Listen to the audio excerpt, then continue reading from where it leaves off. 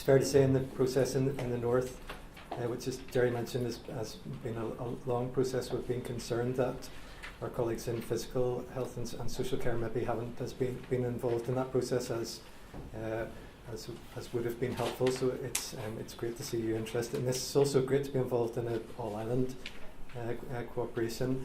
And as Eleanor was saying when we were talking earlier on, I mean, there are amazing opportunities in terms of what's happening in both jurisdictions and in terms of comparison for research, which we're going to talk about later on. So I'm going to be trying to predict what some of the impacts on practice might be, which we've talked a wee bit about.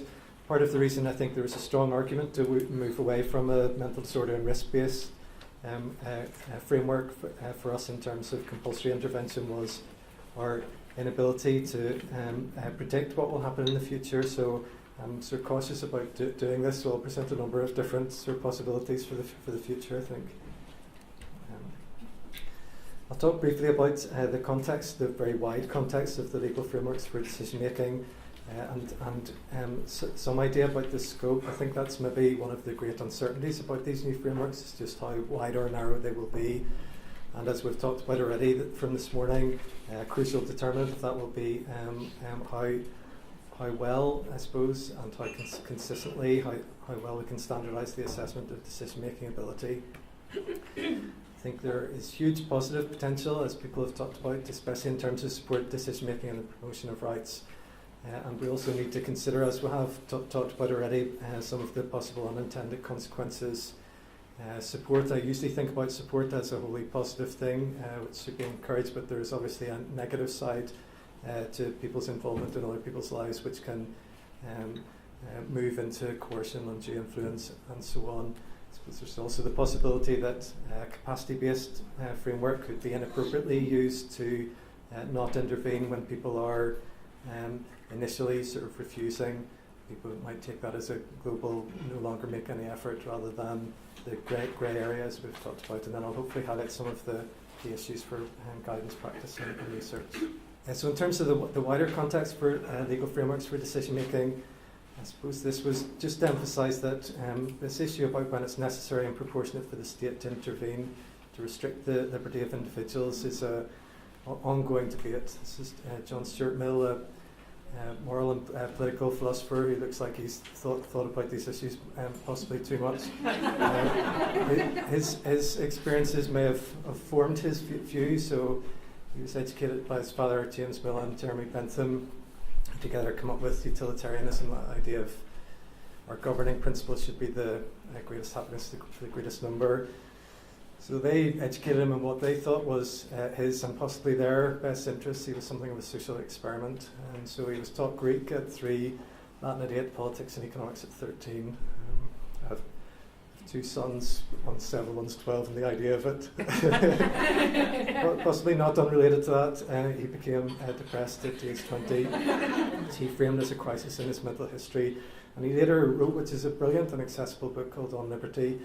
And what he was really concerned about was about social tyranny, really about people with great intentions who think they know best for you. He was concerned about individuals being protected from the tyranny of the majority. So really this idea, and as the seminar suggests, there are quality of life issues here. What's really important to us in terms of being human, free and happy is this idea that we're able to have some sense of, perhaps an illusion, but some sense of control over our own lives.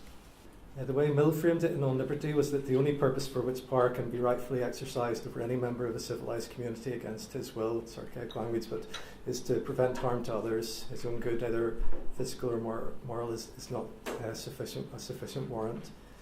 He did qualify this, and again, the language is very old, but it gets at some of the issues we're struggling with, I suppose. So he suggested it's perhaps hardly necessary to say that this doctrine is meant to apply only to human beings in the maturity of their faculties. Those who are in need of a state to require being taken care of by others must be protected against their own actions as well as against external injury. So I think, the general sort of thinking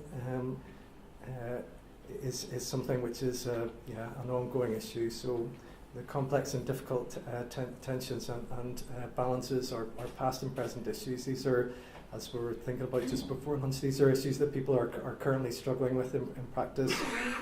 And these sort of complexities, these difficult professional judgments about when to intervene and when not to, aren't created by the new acts. I think sometimes it feels like these are new difficulties, but and unfortunately won't be entirely resolved by them. I think there's the potential for them to be clarified and helped by the acts, but they won't be resolved by them. It's a point made by Paul Applebaum about the previous sort of wave of mental health law reform, that there's only so much the law can do.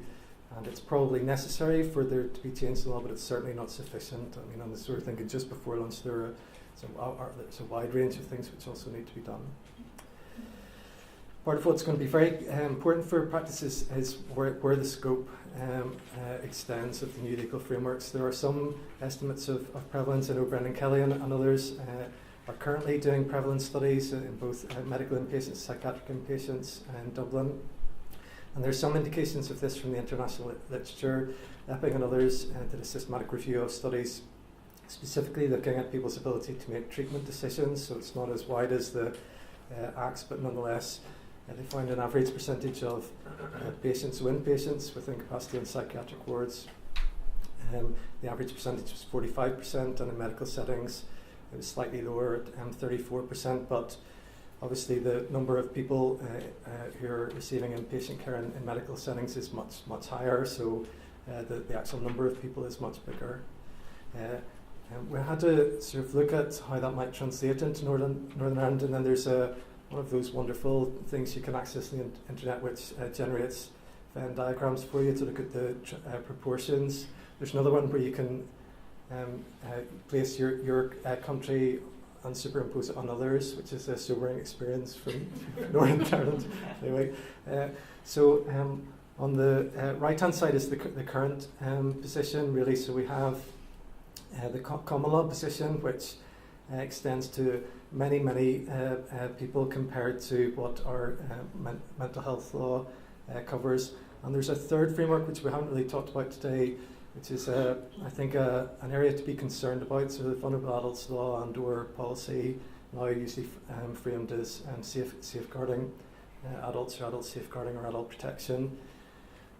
Really, I would argue that it's inappropriate that the current position is that those two frameworks, the adult safeguarding and mental health law, extend beyond capacity, so that compulsory intervention is possible when a person has the capacity to refuse it. And so we're moving towards the position on the right-hand side where those frameworks should be within this broader capacity framework, arguably. But the main point was to say that the extent of mental capacity law is much wider than our current frameworks for compulsory intervention. This was an attempt to try and summarise the Act in the North. Jerry's already done that for you, so I won't dwell on this again. If I was better using computers in general, but certainly graphics, the idea was the sort of top layer should extend to a very broad number of people, and narrowing right down to those who might be subject to interventions authorised by the High Court. That was the idea of the pyramid, but the text confounded me. So anyway, so the idea, regardless of the cause of impairment, and really the broad range of decisions, the safeguards in Northern Ireland will be dependent on the type of intervention. So routine is the grey area, which is maybe absent from the framework in the south, and then additional safeguards, as Jerry talked about earlier on, are introduced as the level of intervention becomes more intrusive. As we've already talked about, which I'm really keen to reinforce, I really think the support principle in both acts is where the huge potential for change is. So, I mean, again, this is currently good practice, but having that as a statutory duty and a statutory duty on the intervener is fantastic, I think. I'm slightly concerned that the sort of practicable help and support, or practical steps, aren't narrowed down to just what you're doing during the process of assessment of capacity. It's a much wider principle, I think, than that, and how sort of that's developed in practice will, I think, be one of the crucial determinants about how progressive these frameworks are. In terms of the literature, the research on support decision making, it's fairly clear that it's very difficult to ensure good practice unless it is required. And even in jurisdictions where it is required, there's a clear commitment to it in law and or codes of practice, there's still inconsistencies across how support is provided and across different settings and so on. There's a strong theme in the literature for the need for staff training due to concerns about sort of understanding of this idea of support decision making and inconsistent practice, and a concern about the lack of involvement in service user. I think it sounds like it has been the case in the South, and it certainly has been in the North, that this process of reform has been one of the most inclusive I've certainly been involved in, which has been great to see in terms of service user and care involvement. I'm involved in a current research project which is just looking at the experience of people with mental health problems and or intellectual disabilities, working with peer researchers from those areas as well. And as been mentioned a few times, the crucial importance for people of time. So feeling pressure by professionals to make huge decisions about their lives in circumstances when really the pressure is on the professionals, that there isn't really a need for the decision to be made. So that was a surprise to me, that how consistently that came up, that people said the negative experiences around decision making were when they felt really pressured, when they didn't feel they had the time to think about it and talk about it.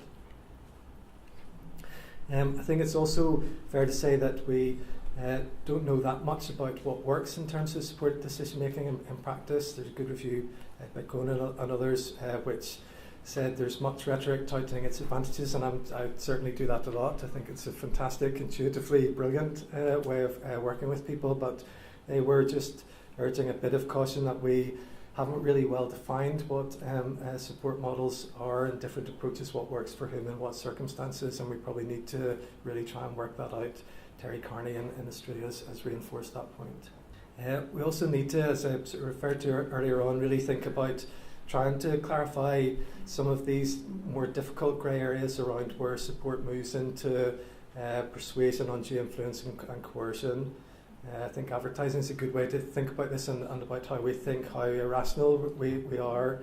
I mean, the idea in retrospect, which I certainly had, was that smoking was a desirable thing to do and cool and sophisticated and so on, which is a belief I retained, I would say, from my mid-teens into my 30s.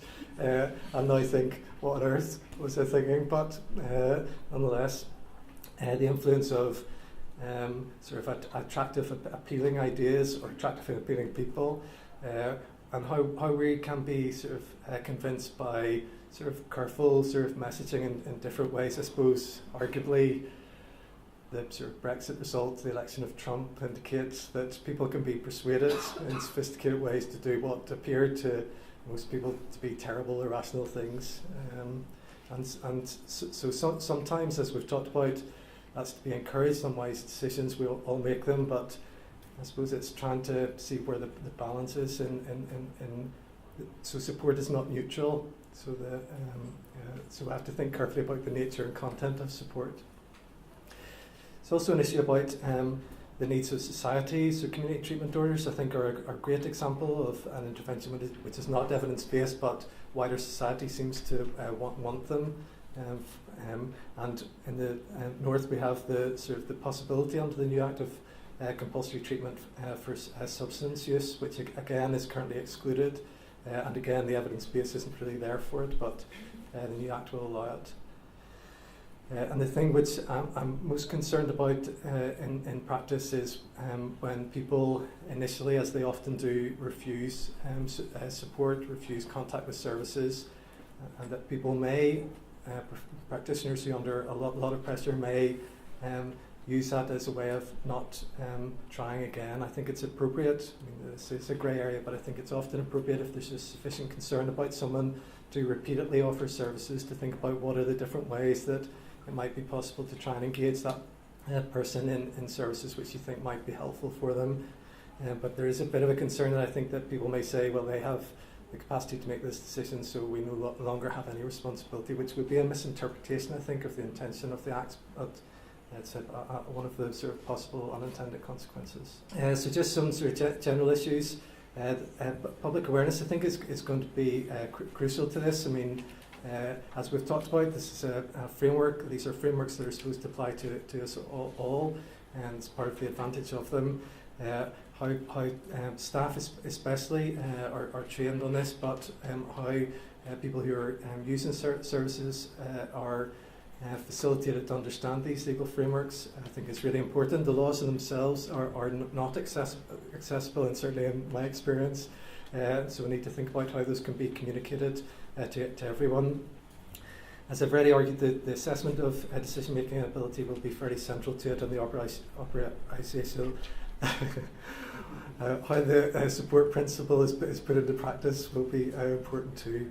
I think we have to be careful about devoting too much time and energy to what can be sort of divisive debates. I'm not sure that best interests as envisaged in the Act is that different from respect for will and preferences. And the huge amount of sort of energy there has been put into trying to define what a deprivation of liberty is as opposed to restriction of liberty. I suppose there's a concern we could devote a lot of energy to those things. So back to sort of political sort of philosophy ideas. There's really an important point around facilitating people to be able to make decisions, do what they want to do, as well as just an absence of restriction on that. So there are wider issues for services and society. So in terms of what the impact could be, it is possible, and we should think about this, that there will be a negative impact. There'll just be a diversion of resources from people who are currently working well with people who now have to do additional administrative tasks, and that provides no benefit to anyone. In fact, it takes them away from practice. I don't think that will be the case, but I think it's something we have to think about. It could also be the case that there's virtually no impact. This was the view of one of the service users involved in the North, that we'll just continue doing what we currently do, but reframe it. We'll just change the language. We'll start talking about mental capacity rather than mental disorder, and continue to do the same things. It could also be an important change, but mainly for practitioners and some even more worrying lawyers. Ideally, it will be at least an important positive change for people whose decision-making ability is impaired for whatever reason, and ideally it will be an important positive change for us all. And let's just sort of finishing with some words from Seamus Heaney. Always good to think what Seamus Heaney would do, but I suppose it's just encouraging us, especially in the North, where we tend to be a bit more cautious, to walk in arrogance, your better judgment, as opposed to sort of be brave, embrace the opportunity it provides. Okay, thanks. Thank you.